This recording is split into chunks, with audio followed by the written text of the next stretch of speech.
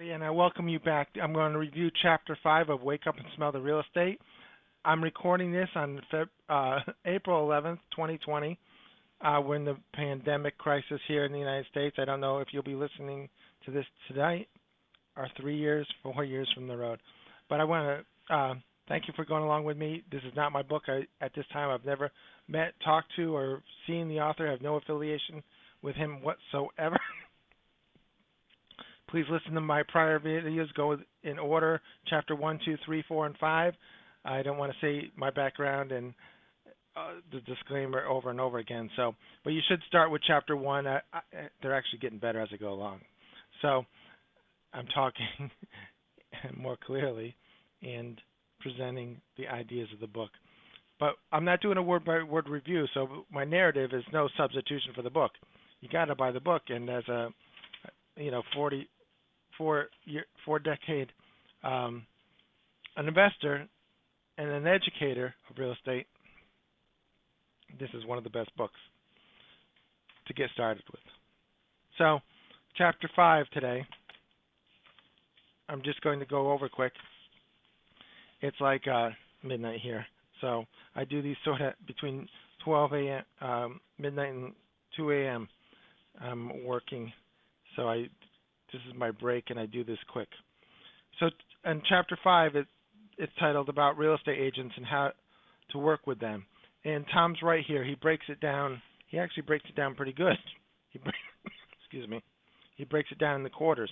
You know, the real estate agent and broker occupation, I think it's probably got a higher turnover rate than McDonald's, seriously. I teach pre-license and license classes for agents and brokers, continuing ed classes. And there's a high rate of turnover. And like he goes on in this chapter, he's saying 20% of the people make 80% of the things happen. And I think he's actually being generous. I'd probably say it's 5% of the people, maybe 3%. But, that's like in a lot of things. There's a certain few that make a lot happen. And he breaks it down. Out of the ones that make things happen, he breaks it down into 2 groups. And I got to agree with him. Like I said in my prior videos, him and I have never met. We've been in the business for 40-something years. We put the same principles into action over these last decades. We both end up in the same place. Excuse me. On opposite coasts. So if you learn this stuff, it works. And this knowledge is valuable. You got to let it sink in. Sometimes you got to listen to it or read it a couple times. But he says, of the ones that make things happen, he divides that into 2 groups. And he's right, because the profile 1 he's got in the book talks about the not antisocial, but unsociable agent or broker that you might even have to watch. They might jump on a deal or split your deal or try to hijack your deal. They're in it for themselves. The other group of that category that make things happen are the people that, they're hardworking. They're actually real estate professionals, full-time. They go after it. They're into the listing and sale business. Some of them may concentrate on listings, some on sales, some on both. But they're in it for an occupation. They're serious. It's their income, and you should work with them. And they can make things happen. So, I agree with all that.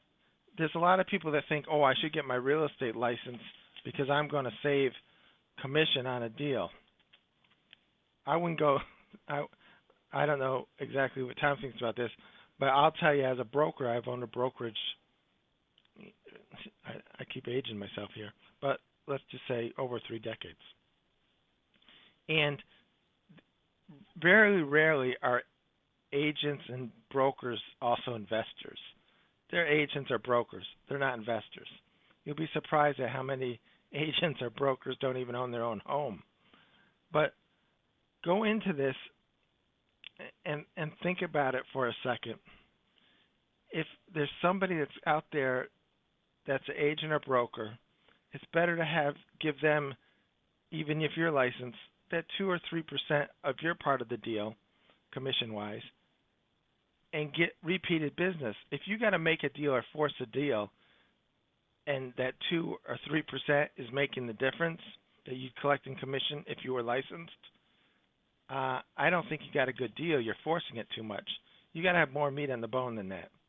The only thing I'd get if you're an investor, the only thing I'd say about getting a license if you're an investor is you get it for access to MLS information, not for trying to save 1 or 2% or 3%. He goes on to the profiles of the less productive agents, and he's got this right too. Definitely right. You have a lot of people that are licensed because they want to have a statement to make if somebody asks them what they do. Oh, I'm a real estate agent. I'm a real estate broker. But if you followed up with a question, why have you sold in the last 30, 60 days, 6 months? You might get a like deer in the headlights look. They haven't sold anything. They're in it for like the social pattern of it, meeting other people, being able to say they're involved, having a title, making themselves feel good, but they're not really a productive agent. And the other group in this part of the less productive are the new agents that have freshly gotten their license, and they're learning. Everybody starts somewhere, and they're hungry, typically hungry. So if you get those working for you, they'll go out and search and bird dog for you, and find something, and refer it to you. Help somebody in their career like this. If somebody's just starting out, and you're an investor, it helps them and it helps you because they might have a loyalty to you later on, knowing that you carried them through and got them started. Yes, with new licensees, there's a steep drop-off curve, but some of them stay in. There's always that percentile that stay in, and they're going to remember, and you can kind of educate them like what you're looking for and how to find it, and let them do the legwork. Remember, you're not paying them unless they find you a deal and they bring it to you and they get your contract signed. So I do work with agents. I am an agent broker. So I understand that that's a good avenue of business. But having agents or brokers find all your deals, I would not say is a good part of the business. You got to find your own deals too. You got to have a system like that. Big players like commercial stuff, they aren't finding their own deals. They have professional agents or professional brokers that go out and find the deals. But you as a single family or small multifamily investor, the agents should be part of your force in order to find deals besides your own marketing efforts. But another good chapter by Tom, and like I said, go back through the chapters. Don't skip any. And sorry about coughing and stuff, but it's like almost after midnight, and I've been working all day, and I got an hour or two to go. And I just want Tom here is like paying it forward. Whatever he makes on these books, even if he sells 1,000 books, he could make that easily in an afternoon, finding a deal and flipping it. So he's paying his knowledge forward, so you can start and become successful like he is. And it's not I'm pushing a book because I want somebody I've never met to make money. No, I'm pushing a book because I've read all these real estate investment books, and for a beginner or somebody starting out, this one puts you in the place to succeed. And he has on the front cover, this good book could be worth $1 million to you. I've done the same exact things that are in these books, and it was worth over $1 million to me. Not necessarily his book, but the stuff he's written down is the same thing I've done. So his book could be worth $1 million to you. So thank you again. Always look out for everybody. I mean, look out for yourself, but do what you can for anybody else. I mean, real estate is a competitive game, but there's enough around for everybody. There's lots of deals if you find them. You got to find them. It's like an Easter egg hunt sometimes.